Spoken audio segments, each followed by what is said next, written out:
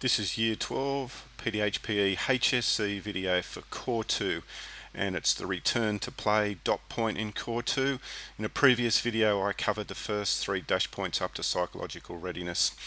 This second part of the video is from specific warm-up procedures up until ethical considerations, with a big emphasis on return to play policies and procedures, and I'll mention why in a moment. But firstly, specific warm-ups procedures. There are certain injuries, such as hamstring strains, that are more susceptible to re-injure than, say, perhaps other injuries are. And you may notice some athletes, such as Michael Clark, they have ongoing hamstring problems throughout their career, and it just seems to be a type of injury that is ongoing. So for athletes who have reoccurring injuries, such as Michael Clark and his hamstring, they may need a specific warm-up that is different to, say, what their teammates may do. This specific warm-up may include spending longer time dedicated to stretching that muscle, having an assisted P&F type stretch done by the team physio. So P&F stretching is where you do get an assisted stretch, and the warm-up may also include a massage from the team physiotherapist of Michael Clark's hamstring muscle in this particular example. So I don't think there's a lot in this particular dash point for a specific warm-up, unlike this next one, which is a biggie. So this next dash point is return to play policies and procedures.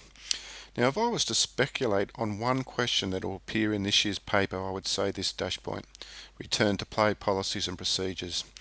Return to play policies and procedures is how sporting codes or sporting teams decide on the process of how a player returns to the field, generally after a serious injury such as concussion. I will now play a clip from the 2012 Wallabies versus British Lions match, and I want you to listen to what the commentators say as the concussed player leaves the field. Back! Spot out! Genia. Now it's George Smith. Oh, not the way it was supposed to end for George Smith. Genia went across Ben Alexander and copped it on the side of the cheekbone. Fielder, if he goes off, he is going to be a very sore man tomorrow. Concussion rule, he's got some time to get over the collision. I told you there is a big gap between second and third. Fine. Well, just 4.5 minutes gone. Wonderful replacement in Michael Hooper, but George Smith will be taken to the sidelines to undergo some tests. He captained the Wallabies 6 times, 2007 to 2009. She'll be very surprised if George Smith comes back onto the field. He can hardly stand up, hardly walk. George Smith has actually come back to the sideline. Looks like he's coming back on the field, possibly. Wow. That's a massive... 4 minutes after being knocked out, George Smith was allowed to return to the field. Just 4 minutes earlier, he'd been assisted by 2 trainers. In the words of the commentator, he can hardly walk, he can hardly stand up. The International Rugby Board, or the IRB, have a procedure or policy on concussion. The players suspected of concussion, for example George Smith, have to pass a sideline concussion test where the players are asked a series of questions. Some of these questions are hardly difficult. They include: what month is it? What is the date today? What is the day of the week? Remembering, these are some of the questions George Smith was asked. At what venue are we at today? What half is this game currently in? Whatever the concussion test George Smith passed, it was obviously not an adequate test. To everyone who watched at the ground and on TV, including the commentators, he was clearly knocked out.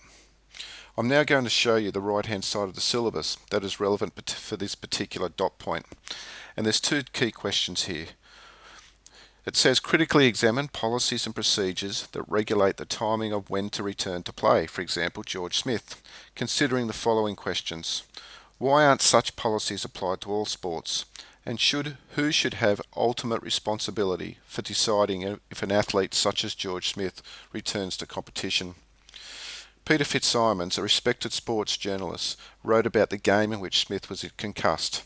I will now read a lot of what Fitzsimons had to say because I think it answers these right-hand side syllabus questions very well.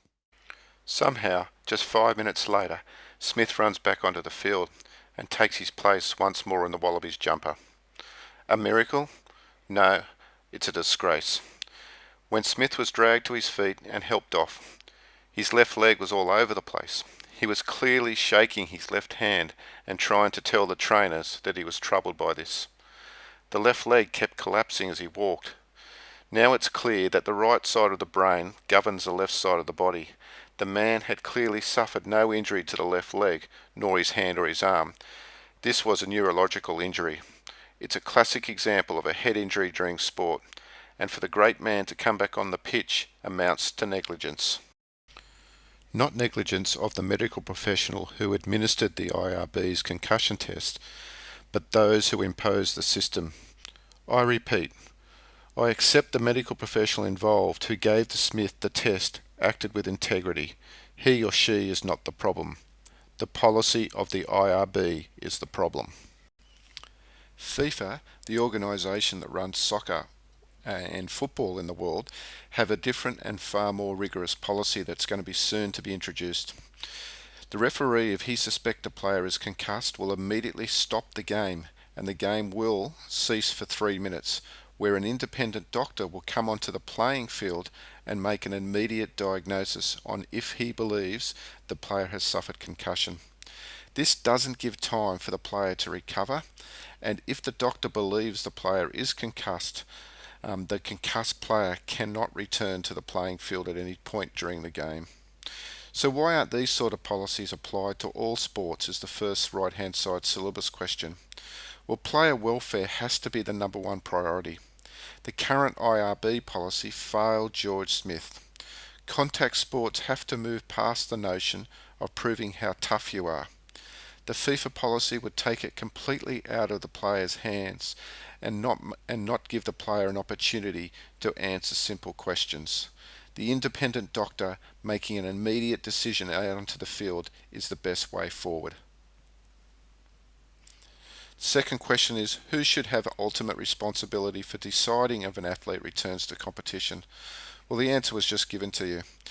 It has to be an independent doctor who's a specialist in head trauma injuries and making that decision pretty much immediately as soon as the player has been injured. The coach and player only want the victory. The idea of a player being able to answer a series of easy questions is simply unacceptable. An independent doctor is the only way forward. The final dash point is ethical considerations, and the syllabus gives some examples of pressure to participate and also the use of painkillers. The George Smith discussion continues. Yes, he passed a concussion test on the field, but were the Wallabies, the team, actually ethical in putting George back onto the actual field? Well, I think if we look at it this way, the answer to that question is actually no. Because in the George Smith case, there was a conflict of interest going on. On one side of the argument, you've got family in the medical profession who are probably against the idea of George going back onto the field. A trained professional would have been clearly able to see that he was concussed, and that is not helpful for his long-term health. The family also would have been worried, and they just want his welfare to be at stake. So they're probably saying no. On the other side of the argument, you've got the coach and the player who have the win-at-all-cost mentality, and they're prepared to overlook potential further problems down the track to get the victory in that game. Ethics is all about what is right. And in this example here, what is right is the player welfare. Player welfare has to be the number one priority, not about winning and losing.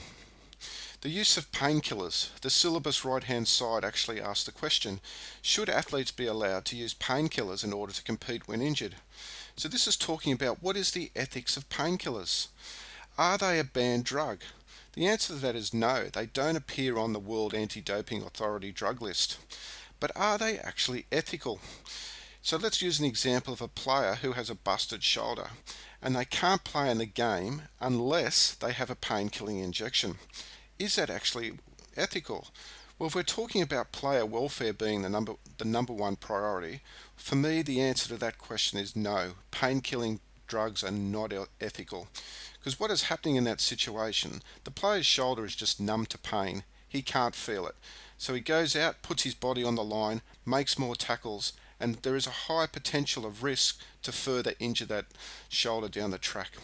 And when that player is retired in 10 years' time and he's having trouble picking up his children, The ethics of that tells me that painkilling injections are wrong, and it's in fact unethical to use. Well, that brings an end to this part of the syllabus, part 2, where I covered these 3 syllabus dash points and also these right-hand side syllabus questions. I hope you found it helpful. For more Year 12 PDHPE information, you can find it at the website www.coachpdhpe.com.